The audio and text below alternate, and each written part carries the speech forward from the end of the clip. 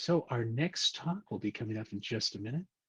It's titled Run Towards the Fire, Forging a Career from Crisis and Stroke Awareness. And it'll be given to you by Chris Traynor. Chris here is a senior pen tester at Equifax and doesn't want a fancy introduction. That's fine. All right. So you should be seeing my slide deck now. Okay. Well, hey everybody. I'm Chris Traynor. I'm a senior pen tester at Equifax. Thanks for joining this talk. It's going to be a fun one. I'm going to share some experience of my own, both on a career and personal side, and hopefully you find it interesting and informative. So with that, let's go ahead and jump right in. So first part of this talk is going to be forging a career from crisis. I'm going to cover my path into information security and talk about how it can be beneficial for others and what lies out there for those actually outside of security and within to take advantage of this possible option to enhance your career. So first up, crisis alert, right? There's a crisis all the time in security, and we're trying to react to it constantly, right? So you're gonna have a lot to consume in this presentation, but I beg you just kind of take it slowly and listen to a little bit of the experience that I've had, but take into account your own lives and your own needs, right? So your career path may be different. Extra points to anybody who can name all of the tools and the movie references and TV references on this screen here before we jump right in. Okay, so as it's titled, Run Towards the Fire, right? So the fire we're going to be talking about today is, of course, the Equifax breach that was announced in September of 2017, probably to most people's awareness, and tracked it over that next year or so as it developed in the media and in responses and in the security community at large, right? So the fire that occurred was that September 2017 just announcement. The breach happened before, but in September is when Equifax kind of came out and said, hey, we have this problem. There was a data breach. Now, I'm not going to spend time today talking about the hows, the whats, the whys, and who was on the offending end of this breach. Right? That's not really kind of the purpose of what we're honing in on here. But I do want to note for those who are interested in kind of the metrics and the deep analysis of it, there is a U.S. House of Representatives put out is the Committee on Oversight and Government Reform put out a report for the Equifax breach back in December of 2018, just over a year after the announcement, with all of the findings.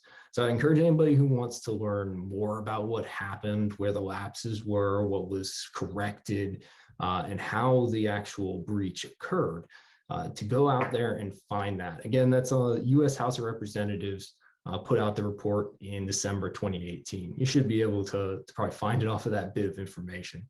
So the fire, again, back to that, Equifax was receiving a lot of heat and a lot of attention, and so much so that it was actually voted the most hated company in the United States shortly after the breach announcement.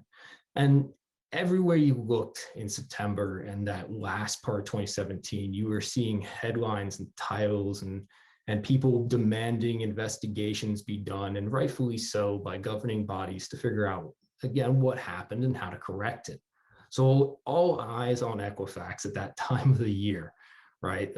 Everybody, I liken it to, you've got, and unfortunately, you have a house in your neighborhood who's on fire, and you have everyone in the neighborhood looking at it, wondering what's going on, what's happening inside the house, how did this happen, and what's going to happen to my home as well that's right next to it, right? In a similar business or neighborhood of work, right? So we were losing some of the public trust, we Equifax, in September. And that was, again, very detrimental to the organization, right? But like in a fire in real life, in a fire for security fire, you have individuals who run towards the fire to try to put it out, to try to make things better and try to rebuild and reestablish public trust, right? So that's our scenario of fire.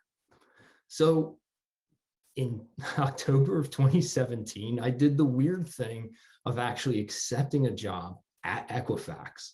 Less than maybe 2 weeks after the breach announcement, a third-party headhunter had contacted me about a possible position. Now, as you'll note from the slide, it's not a security role.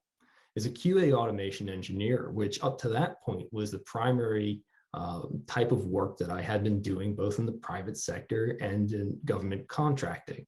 So I had a large amount of experience in that field with scripting some automation for functional testing, have some development background, things like that.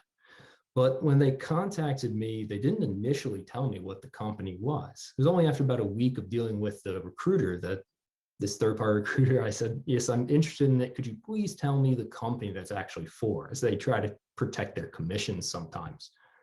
So I swear, when I asked that question, the recruiter got real low on the phone, started to kind of whisper, and she said, I'm excited that you're interested in the position, but the company is Equifax. I swear she said it in a whisper, almost as if it would scare me off, right? And probably a lot of potential candidates did run at that word at the time.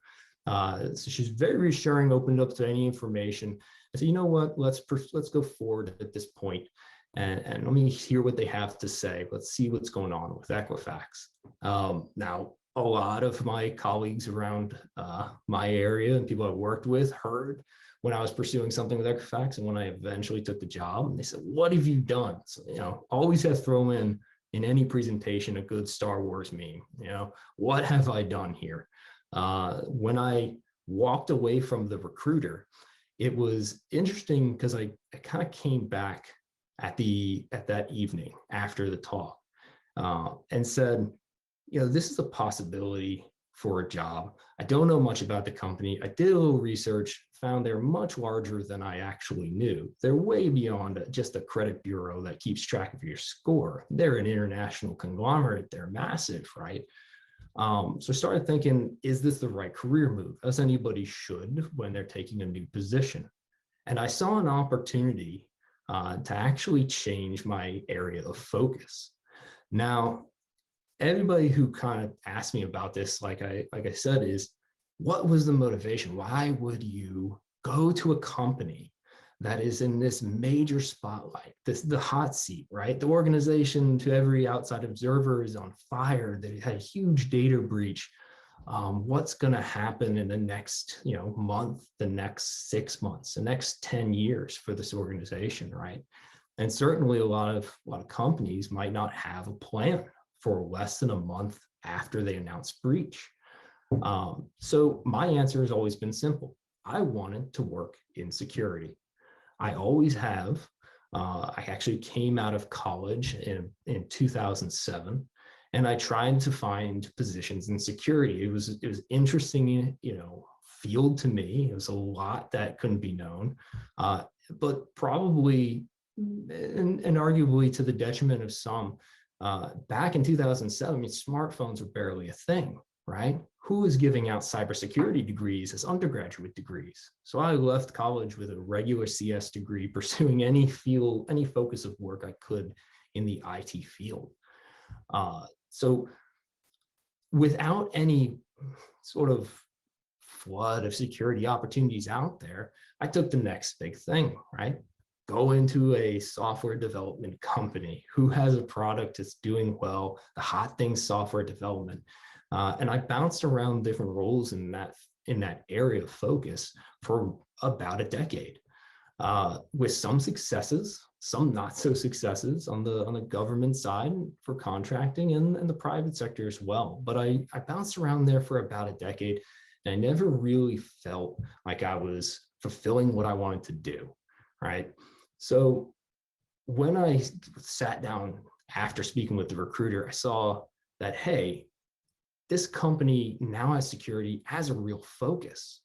Whereas at a pre-breach organization, you would have to fight and scrap and argue for every dime that you could get to try to do security work, particularly if you haven't been a security person in the past, to try to convince higher ups to spend the money. And I like to refer to almost all organizations as pre-breach organizations, primarily because no organization, government or private sector or anything in between, is immune to a potential breach. So anytime that there's an organization that hasn't announced yet, to me, they're just pre-breach.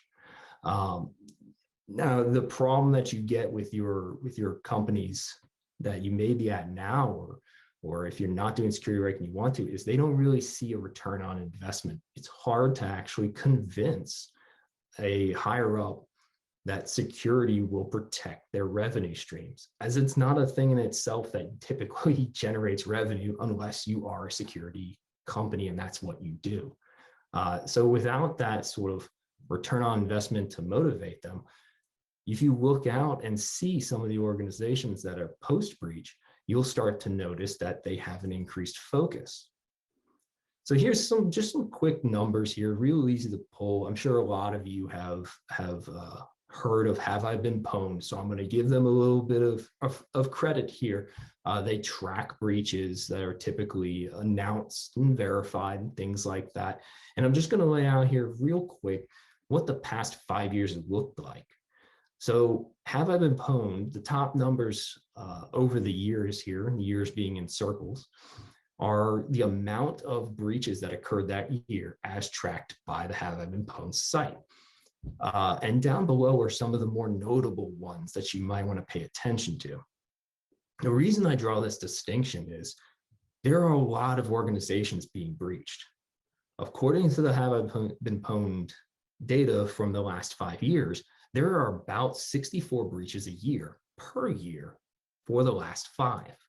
And that breaks down to about 5 breaches a month, a little over, actually, if the math's not quite right, a little over 5 breaches. So you're talking about a breach occurring every week of the year on average for the last 5 years. So the game is out there, right? Organizations are breaching. Now, a lot of these numbers that have been pwned, you're going to see them as being these companies you don't know very well. They're data aggregation companies. They pull in information.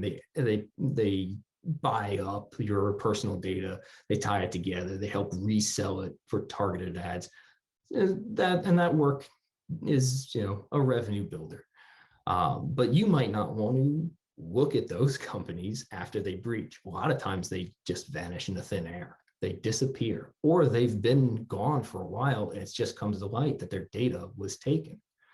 Down below are some of the more notable organizations that you might want to pay attention to if you consider this path into security or this switch.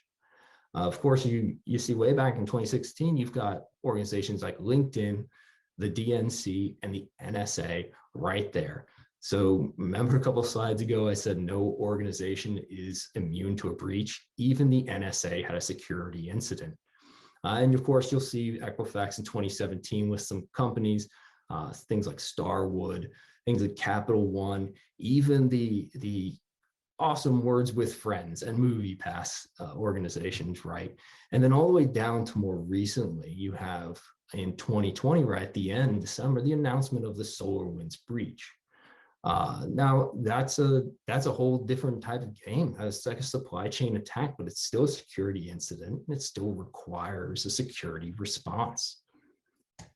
So in consideration, when you may be approached by a recruiter who wants to bring you in to an organization that is post-breach, you want to look at a few things. You don't want to jump at the organizations that might be on shaky ground, only been around for a couple years.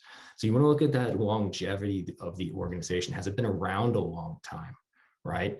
When I went back after that recruiter came to me, and I tried to decide whether or not I wanted to take a position inside of a post-breach organization, I decided security is what I've been wanting to do for a long time. It was a risky move, but it was a measured and calculated risk. I had a conversation with my wife that night and say, you know what, if I do this, there is risk, but I guarantee you I'm going to be doing security work within 6 months to a year. That was my goal. And within 3 months, the application development team I was on approached me to do some more of security work. Now, since then, I've taken on a lot of different roles. I've gone from a QA automation engineer to more of an application security engineer, doing some, and then on to DevSecOps type of work. I've shifted over and did some security platforms and operations work with a lot of scripting, a lot of automation. And now I'm currently within our internal pen testing team. So there's a couple things in those few bullet points that are really important when you make these considerations. And that is, when they approached me to take on security work, I made sure to have a conversation right up front to say, I want proper training. I need to make sure that security budget is in place as a general business function. How is that looking? What does the timeline look out for funding that you figured out so far? And then that ability to shift around, as I mentioned. Now that's actually really important. And that's why I said at the beginning that even if you're in security right now, this may be a possibility for you, is that it's real hard to change up your jobs. I had never done security before. I had no business taking a security position, but I found an avenue in that allowed me to use my existing skill set and then shift over to something else. And those positions I just listed out, some of them are more blue team. I decided I wanted to go more red. I wanted to be on the offensive side, the pen testing side. And eventually I got there. You get an opportunity to figure out what you love, what you want to do. Now, the need is out there, right? And this is super important because as I've told people this over the past several years, when I get asked this, what do you do in security? How did you get in? How did you break that barrier? These organizations that I've been talking about this whole time, they are in desperate need of security, right? Their house is on fire. They have had a serious incident and they need security. You can be one of the individuals who chooses to run towards that fire and help not only your own career, but to help the organization. And by doing so, you're also getting the opportunity to help a lot of other people that consume the business services and functions that organization provides. So Equifax, for instance, is one of 3 major credit bureaus, right? They service millions of people and track their information. If you have a similar organization that goes through a breach, you going to that organization and bringing your specific skill set from your past can help everybody. It can really help propel you forward. And that's something you should really consider, not in a selfish way to just advance your own career, but in a way that helps bring more skill sets to the field. So that's a big benefit that I want to hit as one of the last notes here in this section is the benefit to security is the broad knowledge that so many people come in with. And there's been so many stories about how these unorthodox approaches into security. As I mentioned, there was no real security degrees, not that long ago. It's only recently that people are getting security education at an undergraduate and master's level type of level. So when you come in and you take these routes, these uncommon, path less traveled type of routes, you are bringing in a skill set that, conferences like this love to hear about. People will enjoy to hear your experience coming into security, and it will motivate them to do the same. And that's something that we need, that organizations post-breach need, and that just in general, the entire kind of social aspect of where things are in the world needs more security. So with that, I know that was a lot to consume. We're going to move on to the second section of my talk, and that is stroke awareness and detection. So before I talked about, here's how my career progressed. That was a big risk and a personal path that I measured my approach to make a change, right? This next section, I'm going to share with you some information that is very personal, that I do have a very is impacted me very, very closely. And I hope that by the end of this section, you will have a greater awareness and a greater sense of detection, right? To steal my own title, right? So right into it, my personal story. My wife, Michelle, on July 11th of 2016 was 29 years old, not old, very young. And she suffered from an ischemic stroke to the right portion of her pons. There's a few things in that first bullet point that I'm going to draw out during this talk to try to highlight. First is that the age she was, the type of stroke and what a stroke is, and where it can impact things. So first off, out of the gate, an ischemic stroke is actually, it's 87% of all strokes that occur. It is when the blood supply to the brain in any section of the brain is obstructed. Typically, this occurs with a clot. It's just blocks that blood flow, which of course stops the oxygen flowing to that part of the brain. And with any part of the body, that can be extremely dangerous, and it's amplified to the nth degree when it occurs in the brain. So her area where this occurred was the pons, which is actually it's the largest part of the brain stem. It controls so many things. It controls things like the respiratory rhythm of your breathing. It controls the fundamental REM sleep cycles that you get every night. But it also, and maybe even more importantly, it acts as a funnel for all the other communications of the upper areas of your brain to communicate with any areas of your body, whether that's conscious or unconscious motor functions, or just base level activities that your body carries out, right? And then if you are trying to wrap your head around it a little bit, think of the pons as like the router of your network, right? Inside of your brain, your upper brain, all of your devices inside of your home network are carrying out specific functions, and they're trying to reach outside the network. All of that funnels right through the pons and then goes out to the rest of the body, and is also the choke point of all the communications coming back up to the brain. So the pons is particularly dangerous if a stroke occurs there. Now, I highlight a couple of these next points because it's important, and it drives home why you need awareness in this subject. She got attention almost immediately, medical attention.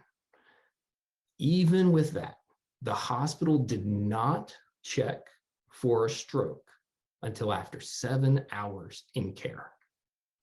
Now, there's a lot of reasons why that happened. She did not have any high risk, major risk things that would elevate the likelihood she was having a stroke. She was not obese. She did not smoke.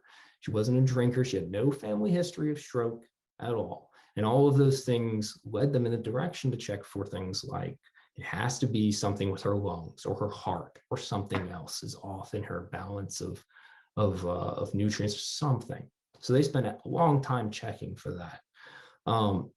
In hindsight, knowing what I know now, she was exhibiting several signs of a stroke right from the beginning, and that worsened over time.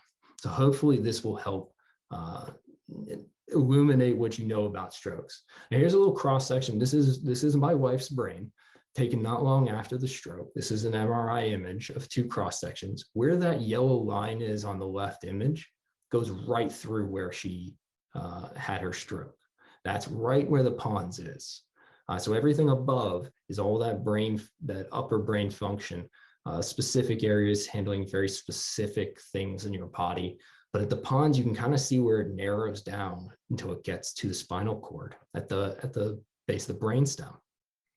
So that's what I meant when I said all of the thought goes through there. And on the image on the right, what you can see is these are single MRI slices of imagery. And you'll see a sort of brightened spot that's in that center of the image on the right. and it covers almost all of that side. Now, these are MRI images, so they are flipped. So what you're looking at on the left side is actually the right side of her brain. But that whole area lost blood supply, lost oxygen for a significant period of time. And that highlighted area on there is actually representation of dead tissue. It doesn't take long for your brain tissue to die if it's starved of oxygen. Very short period of time.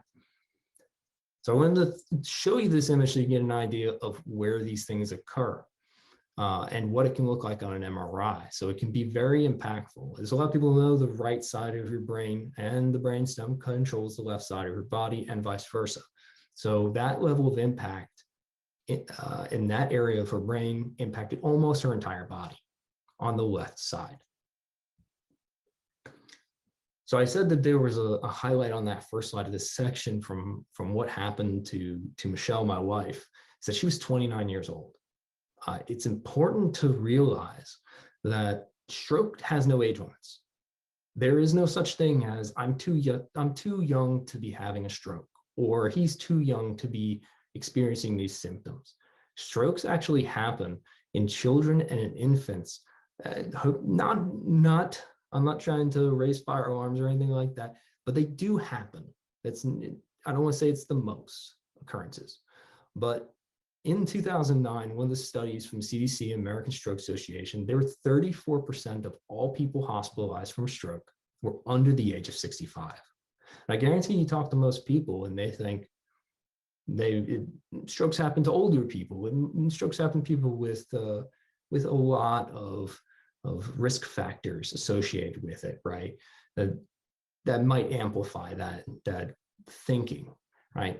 But a third of all the strokes happen under that 65 age cap. And a little warning sign in here, I am in the southeast of the United States. It is the country's highest death rates for strokes. So if you want to see some heat maps on where these things occur, just as a little bit more of that deeper data dive, the CDC and the American Stroke Association, they have a lot of these heat maps, a lot of this raw data that you can consume.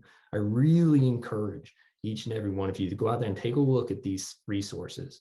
I promise you, if it is happening to somebody you love or somebody at your workplace, you are not going to have the time to go and look these things up.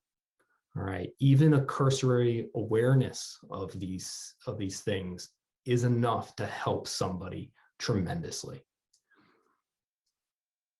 So I want to move forward into one of the stroke identification methods that are out there. And a lot of these things, they try to come up with good acronyms so that you can remember what to do and some sort of a word association. So I'll walk through this a little bit, and this graph is on dukehealth.org. If you want to take a look at that, they have some great resources on that site as well regarding stroke. But the main areas to focus on for if someone's having a stroke and how to detect it is be balanced, right? If somebody is suddenly very unbalanced, if they can't stand at all, or even if they're just a little dizzy, right? That's one indicator that they may be having a stroke. Now you could say very easily that, well, a lot of things make you dizzy, and that's true. What you want to look for that heightens the probability that somebody's having a stroke is if they start to exhibit several of these. The second one is eyes, where a person might suddenly lose vision in one or both eyes, or actually become just disoriented. They're unable to focus. They have double vision. So it can present itself in a few different ways. I know this slide focuses on if they lost vision completely. The truth is, a number of individuals before they have their full-on stroke have a series of mini strokes leading up to it, where the clot may be traveling and dislodging and lodging along the way and can produce these symptoms in a lesser way or periodically. The third one is F for face. Now, what you're going to want to look for there is try to have somebody that may be experiencing these things to smile or to raise their eyebrows up. If one side of their mouth refuses to raise up, the muscles aren't really reacting, or if an eyebrow is not going all the way up to the height of the other, that's a very serious indicator that their muscles are not receiving the neural impulses from the brain to perform a function that is normally done in unison across a face. And the fourth one is arms. This is important here as well. I say it's important. These are all very important. Arms, what you're going to do with someone is tell them to put their arms straight out. If they're laying down, that's fine too. Put their arms flat and try raising them up at the same rate. And what you'll find is, again, if the brain is suffering from this level of trauma, it's not sending those neural impulses to the muscles to respond. It's not a question of muscle weakness. It's a question of receiving the signals to do an action. So if somebody's having an issue with their arms, and it can even just be numbness. Like I said, numbness on its own is not a cause for concern usually. You're going to look for pairings of these conditions. Now, the fifth one on here for speech is probably stands out the most, right? So all of these ones leading up to this, these are actions that you're perceiving physically. The speech pathway that is impacted by a stroke is one of the most apparent that you can have. It is slurred speech, a person's inability to focus, to find the right words, to describe how they're feeling. And that can progress over time. Now, I've called back progressing over time a couple times here, and I'm going to tell you why in a little bit. But first, T is time, and this one is nothing to do with the person's conditions. It is just to emphasize that the best thing you can do for somebody who may be having a stroke is rapidly call the first responders that you have, the EMTs, get an ambulance and get them to some medical care as quickly as you can. And this, again, this is not about, it's a T there for specific emphasis because the treatments that a hospital can provide to someone having a stroke will reduce based on how long you wait. And the best example of this is there's something called a TPA injection, TPA. And what that is it's like a super clot buster. It's like a blood thinner ramped up to 11, right? And what they use this for is to give you that injection and to try to break up whatever is stopping that blood flow and that oxygen supply to your brain. Now, I say this with the time because there is a time limitation on this. A TPA shot or injection can only be given within the first 3 or 4.5 hours of when stroke symptoms start. So if you're at home and it takes you 2 hours to get to the hospital because you waited a little while or it's traffic or for whatever reason, if you start falling outside of that window, hospitals will not take the risk. Now, there's other limiting factors as well. If you are on any sort of blood thinners for regular reasons, any at all, a hospital will be very hesitant to give you a TPA shot as well. And this has to do with it's going to double up on that blood thinning activity. And this can unfortunately lead in some cases to additional, instead of blockage of blood, an actual internal bleed. This could result in a brain bleed because they're trying to break that clot up and it reacts with medication you're on for some other regular condition that you're usually taking. Now, you may say, why have this injection if you can never use it? The fact is, for younger people, they tend to shy away a little bit, but that's again under an understanding that most strokes occur in the older age group, right? And when someone's older and less able to bounce back or recover, the risks of giving them an injection that may have side effects start to lessen. The benefits are better to save a person's life than to potentially do some harm, right? And that's a call for the physician to make, for the hospital, for their risk.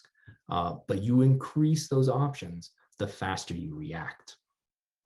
So I said how in a few of these, it may be combinations, it may be develop over time, and they're are a lot of people who experience mini strokes before their primary main stroke that occurs. This was the case with my wife.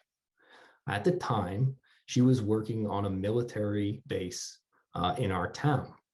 The base is locked off. You need identification to get on. You need to be able to access it. She was at work in the morning and she started experiencing immediately.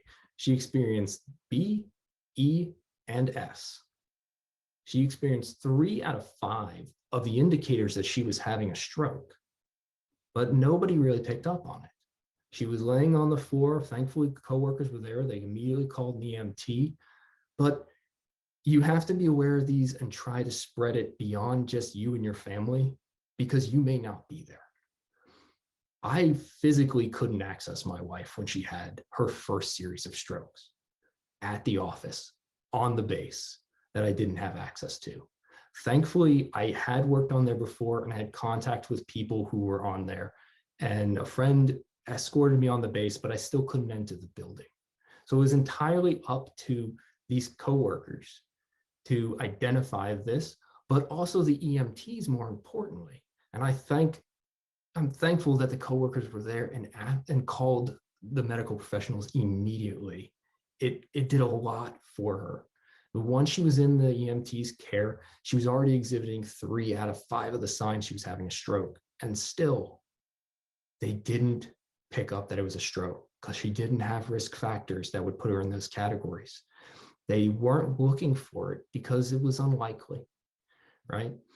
Now, the symptoms over time, as we were in the hospital and they were getting ready to discharge my wife, where they said, start packing up, go home. We checked your chest, your heart, everything looks okay. We don't know why you're dizzy. She started developing face and arm weakness. And it was only then that we said, hey, she can't lift her left arm. She might be groggy because of the meds. No, she can't lift her. She can lift her right arm fine. And I didn't even know what we were looking at it then. And the hospital eventually said, you know what, let's start imaging her brain to see if there's something there. And it was only then, after hours, well outside of the window of TPA injections and sitting around in a hospital for a long time, that we actually got some attention. Now, we're winding down here, getting close to the end of the talk, but I wanted to highlight some of the aftermath of a stroke, all right? So to kind of prepare you, if God forbid, somebody in your family or somebody in your friends or work has a stroke, as to what they may be dealing with and what, if you are that support person, should be prepared to deal with. Number one is all strokes have lasting effects. There is no such thing as a full recovery from a stroke. I say that again, there's no such thing as a full recovery. They may get close, they may appear well, and they may be able to do a lot, but there is no going back to that pre-stroke state. There's just not. It can manifest in a lot of ways, right? What those lasting effects may be. For example, memory issues, right? To an outside observer, memory issues is not very apparent, right? You may not know. There can be lasting weakness. And again, it's not a question of muscular atrophy or anything like that. In some cases, they may just lack the neural impulses in order to talk to anything, right? To stimulate the muscles to do that contraction or that relaxed motion that they require. And in a very real way, a lot of stroke survivors, they suffer from PTSD, right? Imagine that you're experiencing some of these symptoms, you start to get a little dizzy, you start to feel faint, things like that, and it turns out you had a stroke, right? And you've got to go through this long, painful recovery process. Anytime you start to feel that same way, that whole experience is going to flood back to you. That whole fear, you can relive it over and over. None of these things I've listed out are readily apparent from an outside observer. And I'm really pushing on these points because it's so important when you're talking to a stroke survivor to be aware of this. When a stroke happens and a piece of the brain tissue dies, even as thin as an MRI slice across a cross section of the brain must try to reform and create new neural pathways to perform the functions that it can no longer communicate to the body. That level of success can vary wildly, and it requires a lot of intense focused care.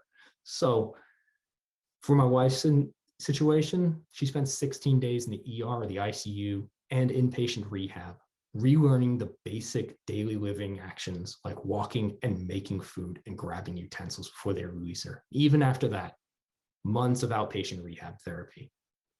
So when you are talking to somebody who had a stroke, I know you might be coming from a very supportive and encouraging way, but when you might say, you look great, you look like you fully recovered, please be aware that you may not be seeing all of the impacts the stroke really had as a lasting effect on that individual.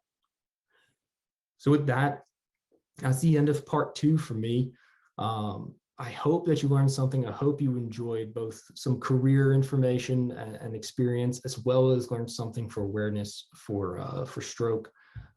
This is me here on Twitter. If you want to follow me, you'll get a lot of retweets or replies with Star Wars gifts. I promise you that much. But thank you for attending. I really appreciate you taking the time and listening. And again, I hope you learned something. Thanks a lot. And thank you, Chris, for helping us out with that information. During the second portion of your talk, especially, there was a lot of talk in the chat channels from several people, actually, who had experienced strokes or who had close family who had also experienced strokes as well. Very critical and important information on how to recognize them and on the criticality of time. So I thank you very much for this.